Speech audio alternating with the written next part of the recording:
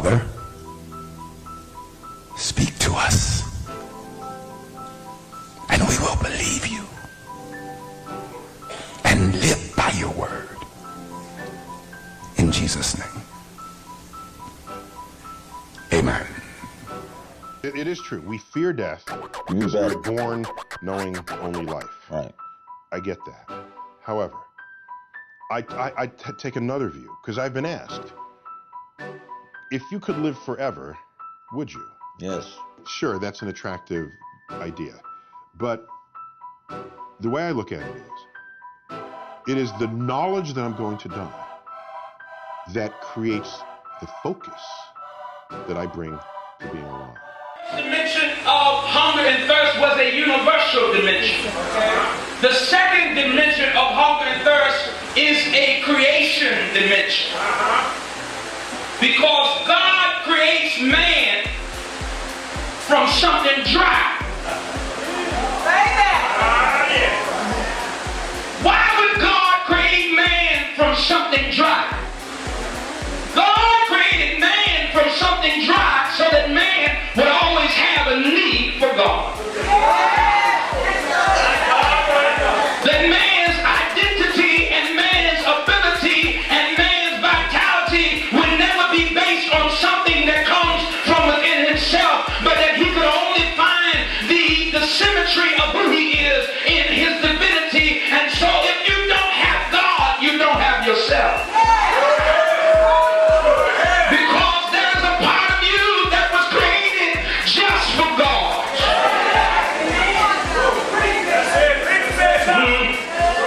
Remember, only the disciplined ones are free in life. I repeat again. Only the disciplined ones are free in life. If you are in discipline, you are a slave to your moods. You are a slave to your passions. At least we had a little cot or somewhere to stay. I mean, I don't know why we even had to come out here, because I don't know why you even brought us out here. I don't know why we even started this project in the first place. Now we done got out here and we old folk, and now we got something to pay, and then something done come up and we got to fix something. I don't even know why we even started this in the first place. Oh, am I in the right church if I get the right? Okay, so I don't even know why I was put in this position. To win actually is not important. To be successful is not even important. But how to plan and prepare is critically crucial.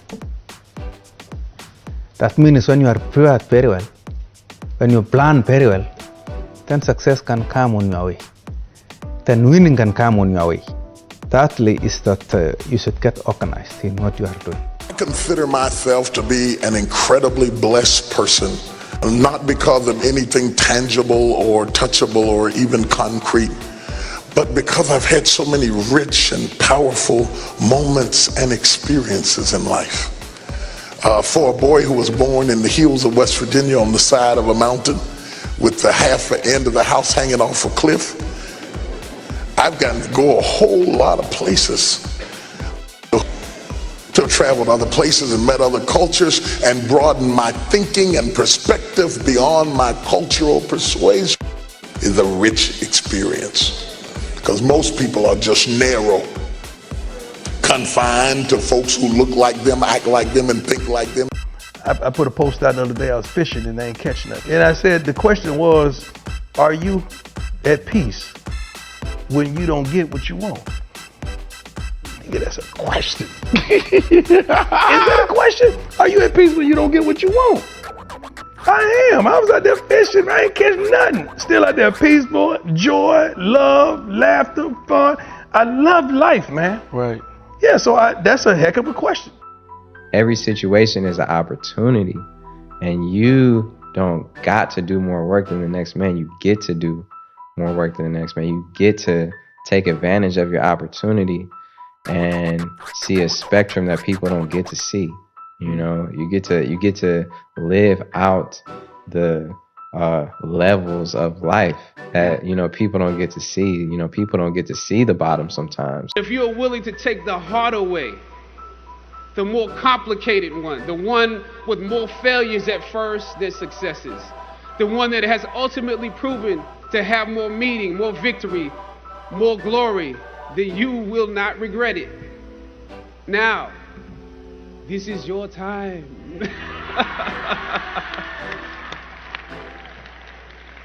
The light of new realization shines on you today. When I stopped thinking about myself and I started thinking about how can I be useful to other people. And I think that I did not grow up and become the person I am until I was less focused on me and I was more focused on how could I be useful? Who could I help? Because the amazing thing is when you help somebody, that gives you confidence. We need to find ways of accommodating failure into the narrative of our lives so that when we do fail, we do not feel or have to accuse ourselves always of being losers. One of the great enemies of creativity at a corporate and a personal level is the fear of failure. And no creativity, as Nietzsche told us, no creativity can occur without an accommodation with failure. If you are not prepared to fail, whether that's as a client, as an agency, as an individual, if you're not prepared to fail, you cannot succeed. When you think about your life, I think I often tell people that I work with, if you can get, because people have very high standards for how they want their work life to be, and I said, look, if you can get your work life to be where you enjoy half of it, that is that is amazing, because very few people ever achieve that. Which isn't that much to start buying up property and piece by piece bought up the whole street till they renamed the street after it's Jake Street today. My mama was collecting rent when she had Alzheimer's and couldn't remember the house. You don't like your life? Change it. Stop being in limbo. And this is what's going to bring you out. The wind will come first, but that won't get you out of limbo. The fire will come next, but that won't get you out of limbo. The earthquake where everything shakes, none of all of those outside experiences will not get you out of limbo. In all of that noise, Elijah heard a still, small voice. The voice can say, I'm better than this. The voice can say, I have something to offer. The voice can say, I'm not arrogant, but I'm absolutely gifted.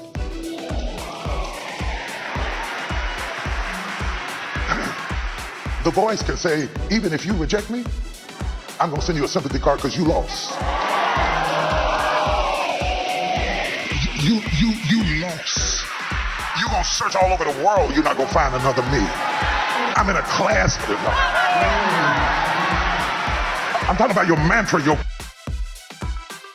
creed, your dogma, what you live by, what you don't let nobody take from you ever. Get into something that's really personal, that means something to you, something that you have something to say, something that's really individualized. And I wish I was more aware of that then, instead of doing a few things that I was told would be good for me, and they weren't. Because it left me empty, so I didn't do a good job anyways. And I think that's the key to what we do. It's gotta be personal. All successful men and women are highly disciplined in the important work that they do. All unsuccessful men and women are undisciplined and unable to control their behaviors and their appetites. And when you develop the same levels of high personal discipline possessed by the most goal-oriented, successful people in our society, you will very soon begin to achieve the same results that they do. It's no miracle. How can we as human beings develop a talent, not necessarily for sports, but a talent for living, for the actual changes of everyday life? Now, I've said a few things about my story, but let me acknowledge your story. You have a story as well, and it's your treasure, because no story on the planet is exactly like yours. It's not as if you just have a story, you are a story in the making. You're a novel being written, and you never know what the next chapter is going to be. The reason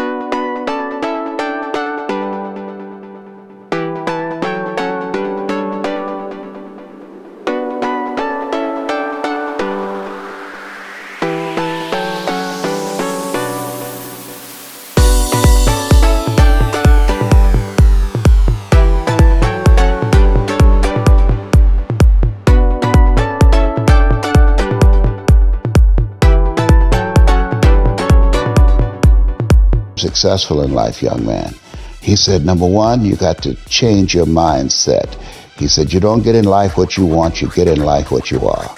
Number two, practice OQP, only quality people. Third thing he said, develop your communication skills, because once you open your mouth, you tell the world who you are. He said those are three major things that you want to work on. To thrive in whatever you do, please understand your terrain. Know what your target is. Don't guess it. Be as clued up as the next man, because that's your petrol. That's your fuel to get you moving. If you don't know where you're going, what your targets are, you're never going to get there. Period. Work hard, sleep less. When I see people who don't sometimes have the results in leadership, it's because they've taken shortcuts. I had a friend one time tell me that the longest distance between 2 points is a shortcut, and I think that's very true. So I think all leaders count the price. They understand that it's going to continually be uphill, and it's okay with them. And it's okay with them because the prize that's before them is greater than the price that they're paying today. You know, I gave the sport of boxing my whole life. I dedicated my whole life to the sport of boxing. And all I ever wanted to do was put my family, my mother and my father in a comfortable position. My dad is a millionaire. My mother, she's a millionaire. And the investments were for my grandchildren, not just my children. Yeah.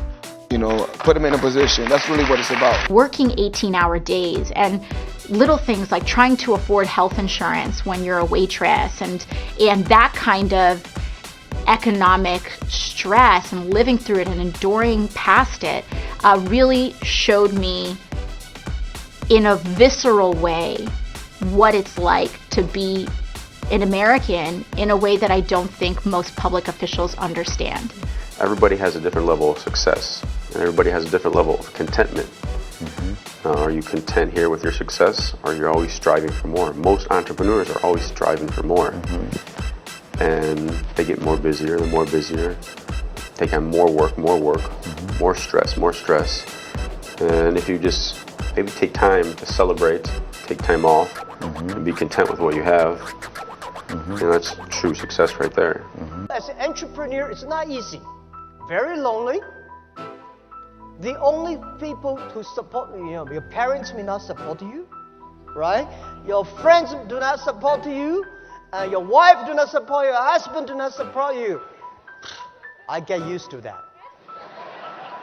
You have to get used to be those supporting. So when you're lonely, use your left hand to warm your right hand. I would say my work ethic from my dad. My dad always said too that regardless of what you do in life and where you go, respect is going to be given when it's earned, and you have to go out and earn it every single day. Your brain is the most powerful weapon. I talk about that in one of these chapters. Your brain is the most powerful weapon in the world. Once you put away your phones and your computer, most of us fail in life because we're afraid of what everyone around you is thinking. That's 100% truth. So we live by the narrative of other people. If you think that you have to be hard all the time, so you're going to fall short of that mark. And when you fall short of that mark, you're going to beat yourself up about it. You know, when I was active duty, you know, I could be out on the road or be on deployment. Well, when you come back, you got to be able to love your family and love the other people around you. Those aren't components of being hard all the time, but they're components that are necessary to living a healthy lifestyle. Your life is hungry, and your life is thirsty, and you need God to give you the universal hunger and thirst revelation. Everybody say, let there be. No one ever tells students why they should write something. It's like, well, you have to do this assignment. Well, why are you writing? Well, you need the grade. It's like, no, you need to learn to think. Because thinking makes you act effectively in the world. Thinking makes you win the battles you undertake. And those could be battles for good things. If you can think and speak and write, you are absolutely deadly Nothing can get in your way. It's the most powerful weapon you can possibly provide someone with. I wouldn't be standing here if I had not learned to step out even though I felt afraid. What are you hiding? Your gifts? Your personality? Afraid to come out of your shell? Afraid people might not accept you? It's time to let your light shine. Quit hiding your smile. Brighten our day. Quit hiding your encouragement. Lift somebody up. Quit hiding your talent. Make the world better. By far the best investment you can make is in yourself. For example, communication skills. I tell those students that come, they're going to graduate schools and business, and they're learning all these complicated formulas and all that.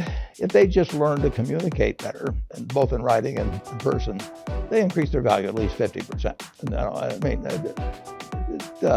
if you can't communicate, somebody says, it's like winking at a girl in the dark. Nothing happens. You're standing in a room with 1,000 doors. Your job is to close 999 of them and walk through one. People are so paralyzed by all the opportunity cost of actually having to shut a door that they never make a decision. Make a decision, even if it's terrible. Dude, mistakes are the most information-rich data stream there is. I love this. Standing still is the only problem. Black people never come together for worship without being mindful of their liberation theme. They're always aware of the imperfect status that they enjoy in this country. And every time they come together, there is some consciousness of this. It would be a mistake, however, to think that all during the worship service, that's what they had in mind, because they do have a connection with the larger human community, the larger Christian community. And if you listen to the music and the prayers, you will hear reflections of that. I'm so proud that black people never were locked into a kind of a narrow conservatism, a narrow fundamentalism that excluded other people. We never had that. As a matter of fact, we've been trained in different seminaries, we've gone to different universities, and there's quite a bit of difference in formal theological positions. But the one thing that binds the black Christians together is their history, their sojourn, their experience socially here in this country, and that's the bond. The culture doesn't necessarily happen in these doors as much as it happens outside of these doors, because they're looking for Jesus in your cultural context. What does Jesus look like? What does Jesus look like in Capitol Hill? What does Jesus look like in education? What does Jesus look like at home? Culture. So here's the question. Are you clear about your purpose and calling in the culture of God? Psst, it's not in a title. It's not in a title. At a certain point, I stopped going by my title. Put it down. Left it. Stop wearing everything. I wanted to see if Jesus, preaching, would be resident in your heart. Does your calling work when nobody knows you? Is there a light on you when people don't even know your title yet? We're in a generation that is in a fight for authority, and they have no authenticity.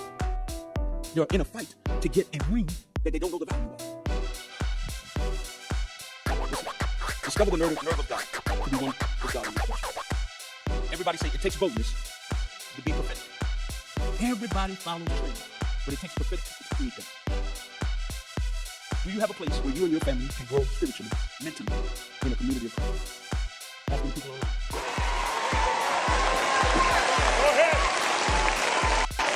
You see, if our pastors and leaders and elders and people like me, if we never kill another giant, it won't matter. We've killed our giants. The next giant killers are you all. You are the giant killers.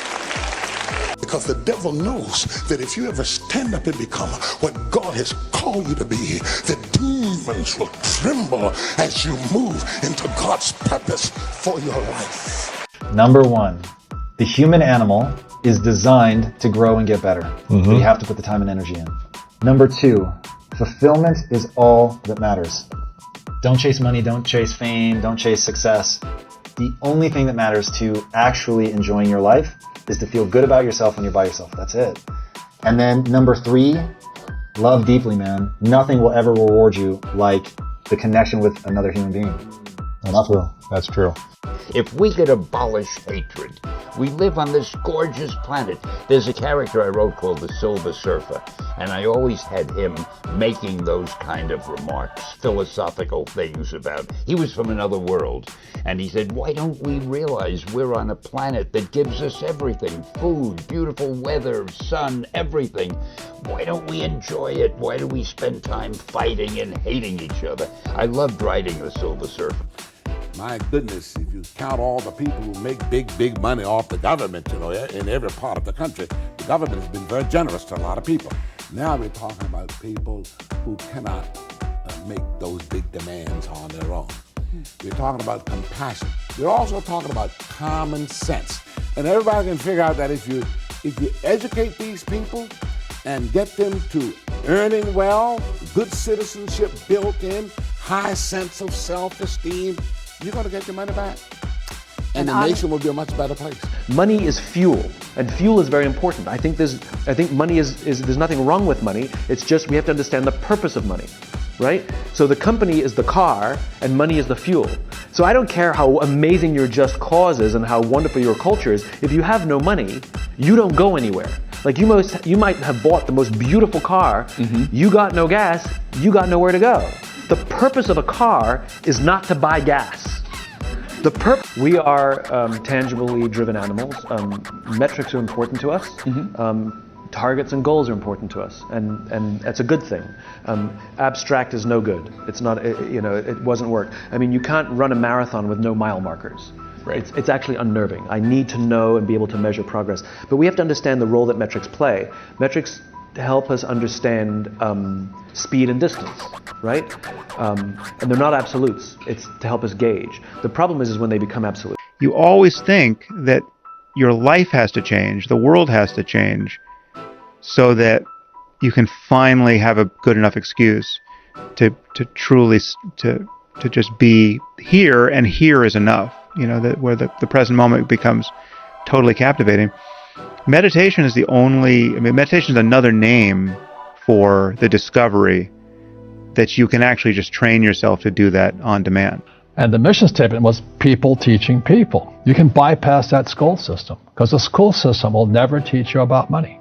The school system was designed to teach you to be an employee, which is important, or a doctor or a lawyer, a specialist, but never about money. So once I got old enough and I had already retired and I was rich and I was fairly well off, it was kind of a social conscience. I said, I have to share what I know. A question opens the mind, a statement closes the mind. So when you say, I can't afford it, your mind shuts down and you become what you say. I used to work at a car wash. I made $30 a day from 8 in the morning to 8 at night. So they basically let you know you got to live off your tips. So you got to really go hard. And so I used to let them know I'd do anything for you. I wash the car. If you leave me $20, I'll fill your tank up. If you left me with enough time, I'll put your cassettes in alphabetical order.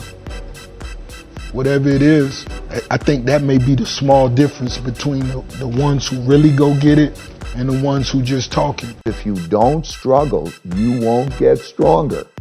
Okay? So struggling well, go above it.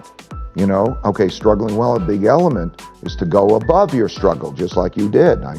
You look back and say, okay, am I struggling well, rather than be in it and doing those things. So there are a lot of different ways of how to struggle well, but if you know, okay, that struggling is a good thing. Okay, if you want to be strong, it's a good thing. If you're chasing money, it runs. All right? If you're making money, it's different. All right? So for people that are entrepreneurs, there's no cut in the corner. There's no magic bullet. There's no cheat sheet. It's really simple, as complex as it may sound. Hard work. Work hard. Believe in yourself. They tell me all the time, Chico, that's another name that I got, by the way. They say, Chico, you're so lucky, Chico. I said, man, you know what's funny? Harder I work, luckier I get. They marched out of that dark night. I can see their faces now, beaten up but not beaten down, but still with their virtue. Wiped out but would not be destroyed. They started their schools and their churches and their little businesses And on Decoration Day, I can still see some of them. My grandfather had fought in the Civil War. Reverend Spooner, Henry Rivers, names very precious to me. They passed by me sometimes in the stillness of the night. They would put on those old blue uniforms. And on the epaulet, the GAR, the Grand Army of the Republic. And they came out determined to turn the bitterness of their lot into a sweetness for their children. And immediately, you ought to be aware of that. I was on Easter Sunday afternoon in Augusta, and I went by that little white frame church where this started. And now, look what has come. You are heirs of all of that. Greetings, Phenomenal One. This is Dr. Jeremiah Hackley, and I am excited to welcome you to Inspirethon 2024-2025. These are going to be the most inspiring holidays that you've ever experienced. From November the 14th until February the 14th, which is my birthday, we're going to bring you some of the greatest clips and some of the greatest thinkers and speakers known to man. We're going to make sure that you hear some of the most empowering, inspiring, insightful, and educational information that you've ever heard in your life before. And so when you see Inspirethon come up, I want you to tune in. Not only do I want you to tune in, I want you to make sure that you support the work of Hackley Global, because this is coming out of our great study and our great commitment to infuse a different kind of thought, in contrast to that which is popular, in contrast to that which is always accepted without question. In fact, I would love for you to raise the questions of the time and the questions of the hour in the Inspirethon. I would love to hear your ideas and thoughts about conversations. And so we'll bring to you programming. Some of it will be aired and pre-recorded. Some of it will be live. Some of it will be on site. Some of it will be some things that we've curated and some study. But I want to say this to you. My aim and my goal is that this be one of the best holiday seasons that you've ever had. I realize that people struggle with depression, and they really struggle with oppression during these seasons. Most of the time, the companies and the corporations forget about the smallest man, or the man that doesn't have what everyone else has, or the woman that doesn't have what everyone else has. But I'm going to remind you in this Inspirethon that it's not about your having. It's not even about your doing. It's about your being. You are still the apple of God's eye. And I challenge you to arise and shine, for your light has come, and the glory of the Lord is risen upon you. Isaiah 60 says that darkness shall cover the earth, and gross darkness the people, but the Lord shall rise upon you, and his glory shall be seen upon you. The Bible says that kings shall come to your light, and nations to the brightness of your rising. If you go down to the 22nd verse, he says, I will make a small one, a little one, a small one, a little one, 1,000, and a small one, a strong nation. And I, the Lord, will hasten it in your time. I want to encourage you that it's your time. This is your Inspirethon. In the fourth quarter and the first quarter, 2024 and 2025, you're going to be inspired to accomplish and complete everything that you've been put here to be, not just to do, but to be. And so you will accomplish an identity. You will leave a legacy. It won't just be prosperity, it will be posterity. I challenge you in this Inspirethon to be inspired. Don't let anybody change that conviction. This is Dr. Hackley, and you know what I say. Love your love story. This Inspirethon is going to help you to write your love story. I'll see you soon.